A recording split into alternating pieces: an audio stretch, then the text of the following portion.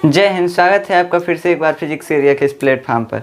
तो हम class 10th का बायोलॉजी पढ़ रहे हैं, जिसके चैप्टर का नाम है जीव जनन कैसे करते हैं, हाउ डू ऑर्गेनिज्म रिप्रोड्यूस। इसमें आज हम देखेंगे बीजाणु जनन क्या होता है या बीजाणु समासंघ जिसको बोलते हैं वो क्या होता है। ये बहुत छोटा सा टॉपिक है, ये वीडियो बहुत छोटा सा होगा। इसके अगले वीडियो में हम लैंगिक जनन शुरू करेंगे। तो चलिए देखते हैं आखिर बीजाणु जनन क्या होता है, जिसको इंग्लिश वाला बोलता है सब स्पोर फॉर्मेशन। स्पोर फॉर्मेशन मतलब इसको इंग्लिश में बोलते हैं। अब देखिए ये क्या होता है। ये जो होता है ये सरल संरचना वाले बहुकोशिकीय जीवों में पाया जाता है। सरल संरचना मतलब कि जो जिनमें बहुत ज़्यादा कोशिकाएं तो होंगी, मतलब एक से अधिक कोशिकाएं तो होंगी, मतलब उनका संरचना जो होगा सरल होगा, आसान होगा। जैसे हमारा जो संरचना है कुछ जटिल टाइप में है, कहीं कौनों कोशिका लगी हुई है, कौनों कहीं मतलब ऐसे कुछ लगा हुआ है। लेकिन उन सब का जैसे मान लीजिए कि एक कोशिका ऐसे लग गया उन जीवों में, एक कोशिका ऐसे लग गया, एक कोशिका ऐसे लग गया, मतलब आसान तरीके से कोशिका वहाँ पे स्थित होगा, तो वो सरल संरचना वाले होंगे। लेकिन ये इसमें भी देख रहे हैं कि कई कोशिका लग रहा है, तो कई कोशिका लग रहा है, इसलिए ये भी क्या है, बहुकोशिकीय है। कहाँ से कि ज़्यादा कोशिका से बना हुआ है। तो ज़्यादा कोशिका से बना हुआ है मतलब जो जिनका संरचना जो है क्या होगा, आसान होगा। तो उन जीवों में ये जनन पाया जाता है, स्पोर फॉर्मेशन वाला। स्पोर फॉर्मेशन ये क्या होता है, ये कुछ नहीं होता है। आप देखे होंगे ब्रेड पे क्या होता है, फफूंद लग जाता है, जिसको बोलते हैं भूड़ी लग गया है। तो जो भूड़ी लगता है वो क्या होता है, एक जीव होता है। अभी तक आप जानते होंगे कि वो मतलब खराब हो जाता है, सड़ने लगता है, लेकिन वो जीव होता है। एक मतलब जैसे हम जीव हैं वैसे ही वो भी जीव होता है। वो कौन सा जीव होता है, उसको बोलते हैं ब्रेड मोल्ड बोलते हैं। तो वो जानते हैं कैसे होता है ब्रेड मोल्ड, उस पर एक सरल संरचना वाला बहुकोशिकीय जीव आ जाता है। जो ब्लैक दिखने लगता है ब्रेड पे, वो सरल संरचना का एक बहुकोशिकीय जीव होता है। तो वही आ जाता है और उसका अपघटन करने लगता है। अपघटन मतलब उसको खा के ख़त्म करने लगता है, तो उसी को बोलते हैं अपघटन। तो जब उसका अपघटन करने लगता है तो कह देते हैं ब्रेड खराब हो गया। आचार देखे होंगे, आचार में भी लग जाता है। तो यही सब जो जीव हैं यही सरल संरचना वाले बहुकोशिकीय जीव हैं। उनमें बहुत सारी कोशिकाएं तो होंगी, मतलब वो जीव जो हैं बहुत सारे कोशिकाओं से मिलकर तो बने हैं, लेकिन उनका जो संरचना है आसान है, तो इसलिए उनको बोलते हैं सरल संरचना वाले बहुकोशिकीय जीव। तो अब देखिए ये जो स्पोर फॉर्मेशन है ये उनके जनन का विधि है। कैसे वो मतलब अपने संतति को जन्म देते हैं, कैसे अपने बच्चे को पैदा करते हैं। तो वही क्या होता है, वही इसमें स्पोर फॉर्मेशन द्वारा होता है। किन जीवों में, जो सरल संरचना वाले बहुकोशिकीय जीव हैं। जैसे कि जो ब्रेड पे होते हैं, ब्रेड पे जो होता है उसको बोलते हैं फफूंद बोलते हैं। फफूंद क्या होता है, फफूंद जैसे आप देखे होंगे आप, एक मशरूम जिसका सब्जी बनाते हैं, जिसका सब्जी बनता है, तो वही छाता जैसे होता है। इसको देहात में लोग कुकुरमुत्ता बोलते हैं। तो यही मतलब जो फफूंद होता है ये क्या होता है, जो वो मशरूम होता है, मशरूम को भी फफूंदी बोलते हैं। वैसे ही ब्रेड पे जो लग जाते हैं सब भूड़ी टाइप में, वो भी फफूंदी है। अचार में लग जाता है भूड़ी टाइप में, वो भी क्या है, फफूंदी है। इसको फफूंद या फंजाई बोलते हैं। मशरूम को भी बोलते हैं फफूंद फंजाई। मतलब इस टाइप में जितने भी जीव आएंगे उनको फफूंद या फंजाई बोलेंगे। तो इन जीवों में और एल्गी क्या होता है, एल्गी शैवाल को बोलते हैं। शैवाल का होता है काई, जो पनिया पे लगा होता है ना, पानी पे हरा हरा, उन सब में होता है इस प्रकार का जन्म। किस प्रकार का, जिसमें बीजाणु बनते हैं। ये बीजाणु है क्या, आखिर बीजाणु है क्या।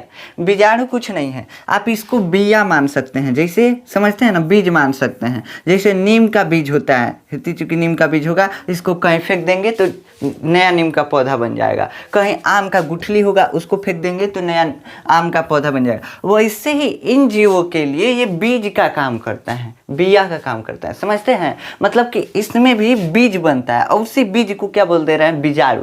क्या है, कुछ बहुत छोटा छोटा कण है ये जो हम ऐसे देखते हैं नीम का बीज, वो थोड़ा बड़ा होता है, हम देख लेते हैं, लेकिन इसके बीज को हम देख नहीं सकते हैं। इतना छोटा कण होता है, इतना छोटा बीज होता है। तो इसी को बोल देते हैं बीजाणु, मतलब बीज का अणु। देखिए ना, बीज का अणु बीजाणु क्या है? बीज का अणु, अणु मतलब छोटा छोटा एकदम पार्टिकल है, तो बीज का अणु, इसका संधि विच्छेद करने पे ही मालूम चल जा रहा है।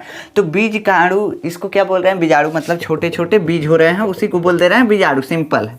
अब देखिए इसमें क्या होता है, आप अगर ब्रेड कहीं फफूंद लगा होगा ना तो उसको ध्यान से देखिएगा, ऊपर थोड़ा हल्का हल्का गोल गोल टाइप में दिखेगा, ऐसे दिखेगा ना कि उस पर रुई जैसे लगा हुआ है, रुई जैसे लगा हुआ है, लेकिन उसके सिरवा पे, रुइया के सिरवा पे जो लगेगा ना थोड़ा थोड़ा हल्का हल्का गोल टाइप में है, गोल टाइप में। तो इसी गोल टाइप का जो होता है संरचना, उसी से इन सब का जनन होता है, उसी से ये अपने बच्चे को पैदा करते हैं। कैसे? देखिए ये जो मान लीजिए कि हम ब्रेड के फफूंद को ले रहे हैं, ब्रेड के फंजाई को ले रहे हैं, तो ब्रेड का जो फंजाई होता है वो ऐसे संरचना का होता है, खूब जूम करके बना रहे हैं, खूब जूम करके बना रहे हैं, ऐसे संरचना का होगा। ब्रेड है मान लीजिए, ठीक, ऐसे ब्रेड पे लगा हुआ है, तो ये फफूंद जो है ऐसे लगा हुआ है, कैसे? रुई टाइप में। अब इसके ऊपर जो है हल्का हल्का गोल गोल संरचना पाया जाएगा, गोल गोल क्या पाया जाएगा? संरचना पाया जाएगा। क्या पाया जाएगा? गोल गोल संरचना, ऐसे ऐसे निकला होता है। तो देखिए ये ऐसे पाए जाते हैं इस संरचना में। अब एक को हम यहाँ से लेके और यहाँ पे हम बड़ा करके बनाए हैं। क्या किए हैं? यहाँ से एक फफूंद को लिए हैं, बड़ा करके बना दिए हैं। तो इसके हम जब बड़े करते हैं तो इसके 3 भाग हमको देखने को मिलते हैं। जैसे हमारा है, एगो सिर है, एगो धड़ है और एगो पैर है। पैर भी धड़ में ही आता है, मतलब मान लीजिए। तो वैसे इसके 3 भाग हमको देखने को मिलते हैं। का एक होता है जो ब्रेड को पकड़ा रहता है ना, जकड़ के रखता है, पकड़ेगा तभी तो उस पे रहेगा। तो जकड़ के जो रखता है उसको बोलते हैं हाइफा। क्या बोलते हैं? हाइफा। इसको कभी कभी कवक तंतु भी बोल सकते हैं। तो हाइफा जो जड़ टाइप में, मान लीजिए ना कि इसका जड़ है, तो इसको क्या बोल दे रहे हैं? हाइफा। अब जो इसे संरचना निकला हुआ था रुई के जैसा, रुई के एक रुई जैसा संरचना निकला हुआ था, उसको जूम किए तो ऐसा दिख रहा था। तो ऐसा दिखा तो बीचवा वाले को क्या बोल दिए? जो तंतु जैसा दिख रहा है, धागा जैसा दिख रहा है, उसको बोल दिए बीजाणुधानीधर। क्या बोल रहे हैं? बीजाणुधानीधर। अब इसके बाद जो उस पे गोल गोल संरचना है ना, वो क्या है? बीजाणुधानी है। क्या है? बीजाणुधानी।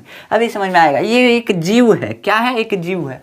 समझ रहे हैं ना? ये एक जीव है। इसमें ऐसा ऐसा संरचना हमको मिल रहा है कि एक नीचे हाइफा है। हाइफा क्या है? जो ब्रेड को पकड़ा हुआ है ना, उसका नाम हम रख दिए हैं हाइफा। अब जो उस पे से कुछ रुई जैसे संरचना निकला हुआ है, उसको क्या बोल दे रहे हैं? उसको बोल दे रहे हैं बीजाणुधानीधर। क्या बोल रहे हैं? बीजाणुधानीधर, जो ऐसे रुई टाइप का निकला हुआ है। उसके बाद इस पे जब देख रहे हैं कि रुई टाइप का जो निकला हुआ है, उस पर एकदम हित्ती, मतलब छोटी छोटी क्या मिल रहा है? छोटी छोटी संरचना मिल रहा है, गोल गोल टाइप में। एकदम ध्यान से देखेंगे तब ऐसा गोल गोल संरचना मिलेगा। तो उस गोल गोल संरचना को हम क्या बोल दे रहे हैं? बीजाणुधानी। क्या बोल रहे हैं? बीजाणुधानी। अब जब इसको एकदम खोल के देखे ना, एकदम फोड़ के देखे तो क्या मिला? इसमें हम देख रहे हैं कि बीजाणु बने हुए हैं। बीजाणु क्या होते हैं? एक प्रकार के बीज हैं। क्या है? बीज हैं, बस जो इसका निर्माण कर देंगे। तो इसी बीज से ना इनका निर्माण हो जाता है। कैसे? जब बीजाणुधानी में बीजाणु बन जाते हैं ना, मतलब कि मान लीजिए बीज इसमें बन गया ना, तो बीजाणुधानी जो है अपने आप फट जाएगा। जैसे कई को फल को देखे होंगे, अपने आप फट जाता है। अनार देखे होंगे, अनार अपने आप पेड़ में फट जाता है। वैसे सेम टू सेम ये भी जो है, ये भी फट जाएगा। अब फट जाएगा, बस इसमें से ये जो बीजाणु बने हुए थे, बीज बने हुए थे, वो निकल के छिटा जाएंगे। क्या होंगे? छिटा जाएंगे, मतलब कि फैल जाएंगे, सब बिखर जाएंगे। अब ये जो है, ये क्या करने वाले हैं? ये नया पौधा बना देंगे। इसी को कहते हैं क्या? इसी को कहते हैं हम स्पोर फॉर्मेशन या बीजाणु समासंग। क्या बोलते हैं? स्पोर फॉर्मेशन या बीजाणु समासंग। तो यही होता है स्पोर फॉर्मेशन। क्या हुआ? बस एक कवक था या फंजाई, सॉरी एल्गी था या कवक था। कवक भी बोलते हैं, फंजाई को क्या बोलते हैं? देखिए इसका 3 गो नाम है। फंगस बोल सकते हैं। क्या बोल सकते हैं? फंगस बोल सकते हैं। और उसके बाद कवक बोल सकते हैं, कवक बोल सकते हैं, और फंजाई भी बोल सकते हैं। 3 गो नाम है। ये मतलब मशरूम के टाइप के जितने भी जीव होंगे ना, मशरूम जो देखे होंगे, उसके टाइप के जितने भी जीव होंगे उनको कवक बोलेंगे या फंजाई बोलेंगे या क्या बोलेंगे? फंगस बोलेंगे। यही बोल सकते हैं। मशरूम को भी 3 नामों से पुकार सकते हैं। अभी छोटा सा जीव है जिसका हम एग्जाम्पल लिए हैं, ठीक। तो ये होता है ये स्पोर फॉर्मेशन। क्या हुआ? इसमें 3 भाग, हम जब जीव को जूम किए तो इसमें 3 भाग हमको देखने को मिला।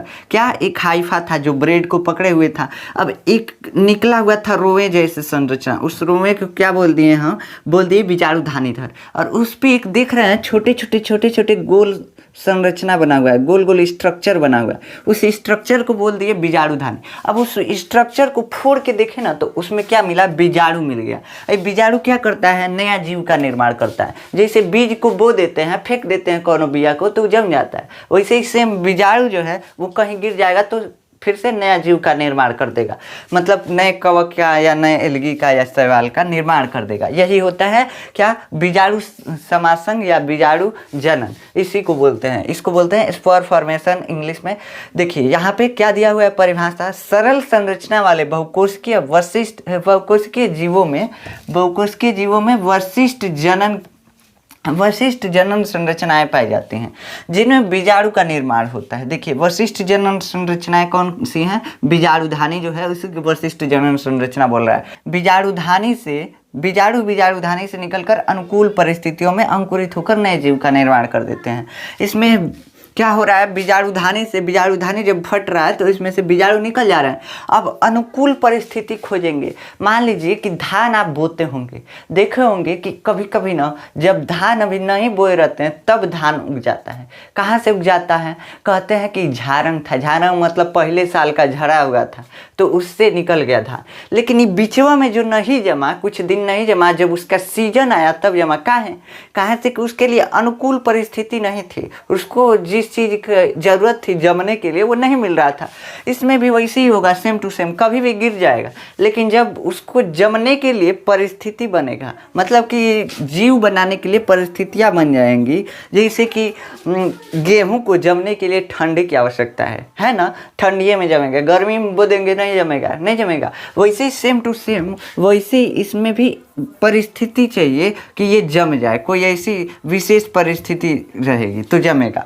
तो वही मतलब विशेष परिस्थितियों में अंकुरित हो जाते हैं। अंकुरित होना मतलब जम जाना, तो अंकुरित होकर नए जीव का निर्माण कर देते हैं। बस यही होता है बीजाणु जनन या स्पोर फॉर्मेशन। इसमें क्या क्या आते हैं, इसका एग्जाम्पल होता है राइजोपस और पेनिसिलियम, ये इसके एग्जाम्पल हैं, ये लिख सकते हैं। उसके बाद अब हम नेक्स्ट लेक्चर में लैंगिक जनन के बारे में देखेंगे कि लैंगिक जनन क्या होता है, सेक्सुअल रिप्रोडक्शन क्या होता है। अगर आपको इसका नोट्स चाहिए तो डिस्क्रिप्शन में व्हाट्सएप चैनल का लिंक दिया हुआ है, वहाँ से जाकर जुड़ सकते हैं, वहाँ पे नोट्स अपलोड हो जाएगा, वहाँ से आप नोट्स ले सकते हैं। तो मिलते हैं नेक्स्ट लेक्चर में लैंगिक जनन के साथ, तब तक के लिए जय हिंद।